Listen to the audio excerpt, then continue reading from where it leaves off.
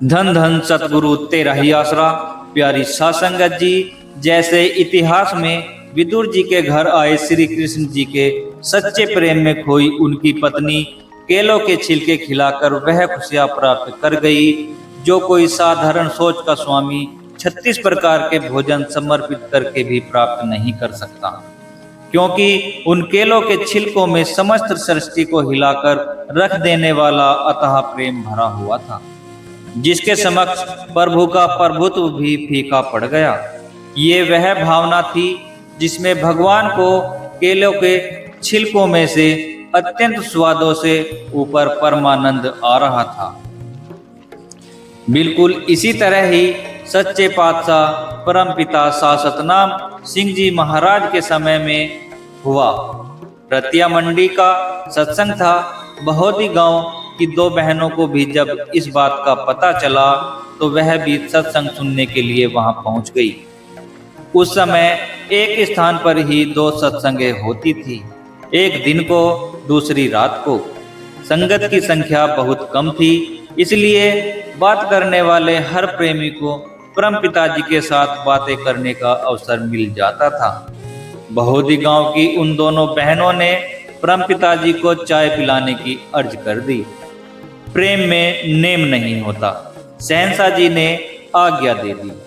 फिर क्या था, बहनों के पैर जमीन पर नहीं लग रहे थे। लगते भी कैसे? अपने श्वासों के हाकम प्यारे मुर्शिद कामिल ने पता नहीं कितनी पुरानी दिलों में संजोई हुई उनकी अर्ज स्वीकार कर ली थी। बहनों की खुशी के आंसू उनकी आंखों से झलकते हुए किसी विशेष इलाही आनंद का अनुभव करवा रहे थे।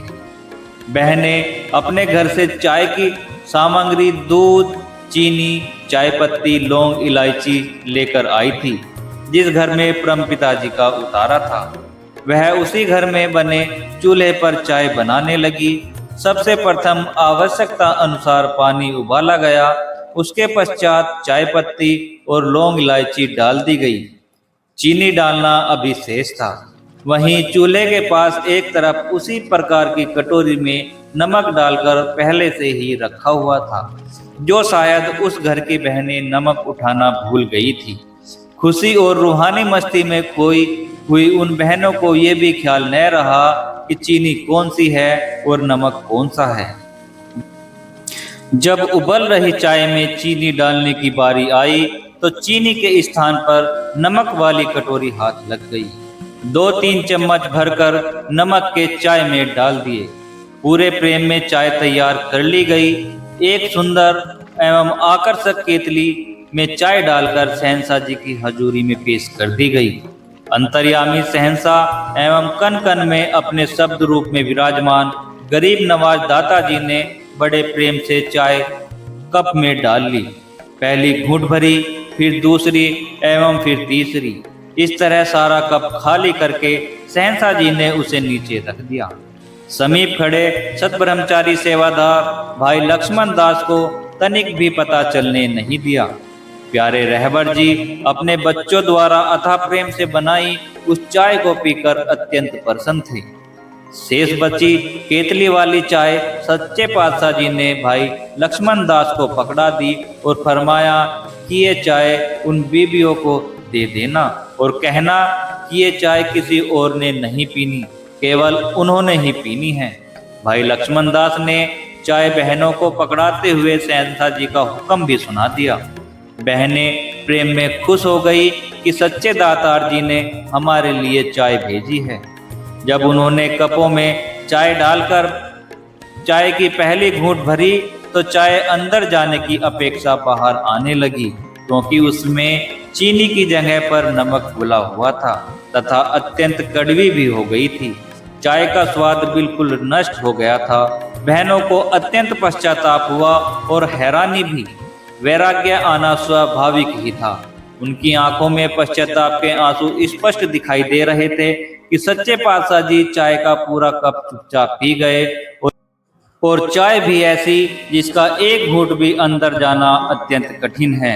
दूसरी बात, भाई लक्ष्मण दास को भी इस बात का बिल्कुल अनुभव होने नहीं दिया। वे पश्चाताप की अग्नि में जल रही थी वे तुरंत भाई लक्ष्मण दास के पास गई और परम पिताजी से मिलने की विनती की। दयालु दातार जी ने उन्हें मिलने की आज्ञा दे दी। बहनें परम पिताजी के पास अंदर गई और अत्यंत दुखी हृदय से पश्चाताप युक्त शब्दों के साथ सच्चे दातार जी से अपनी भूल की क्षमा मांगने लगी।